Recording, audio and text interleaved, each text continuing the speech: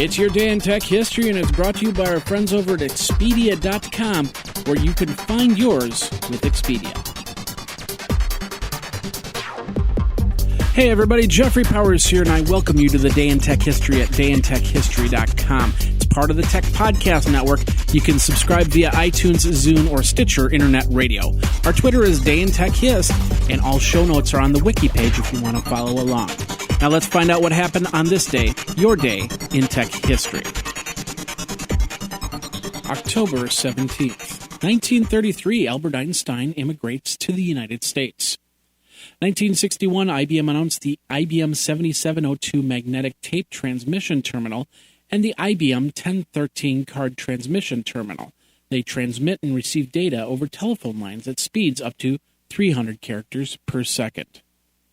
1962, Nick Hollinek publishes the first paper describing light-emitting diodes, or LEDs.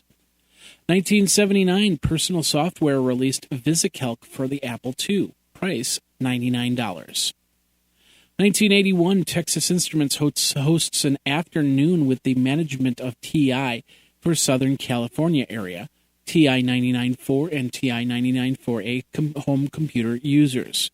Don Bynum, the personal computer division manager, and Brian Gratz, user group coordinator, are the masters of ceremony. 1985, Intel released the 8386DX microprocessor with support for clock frequencies up to 33 megahertz and the ability to address 4 gigabytes of memory, and support for virtual memory up to 64 terabytes. 1990, the Internet Movie Database was created. It started as 4 lists on rec.arts.movies, where Carl Needham created a series of Unix shell scripts to put them together, the first version, on the rec.arts.movies movie database.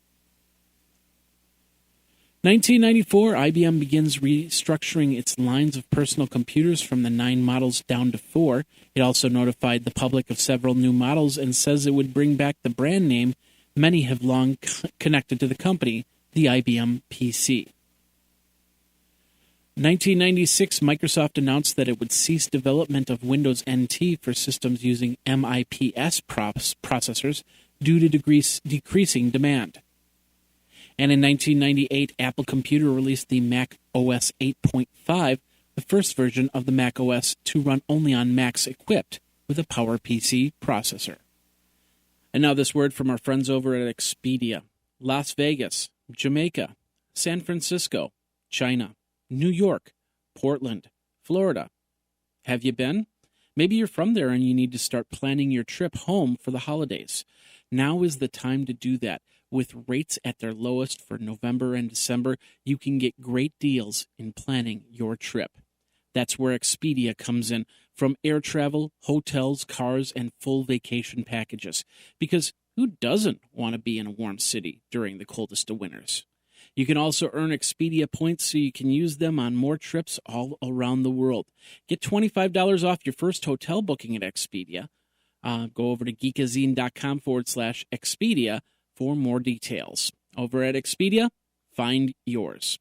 Now let's get back into your day in tech history. In 2000, AMD officially released the 1.2 gigahertz Athlon processor for $612 and the 800 megahertz Duron processor for $172. 2005, Yahoo buys British company Where on Earth Limited, which provided location technology. 2006, ATI Technologies released the X1950 Pro graphics card. It replaces the X1900 GT in the competitive sub-$200 market segment. Also in 2006, Core Labs released version 0.95 beta of the Core Force freeware personal firewall software for Windows.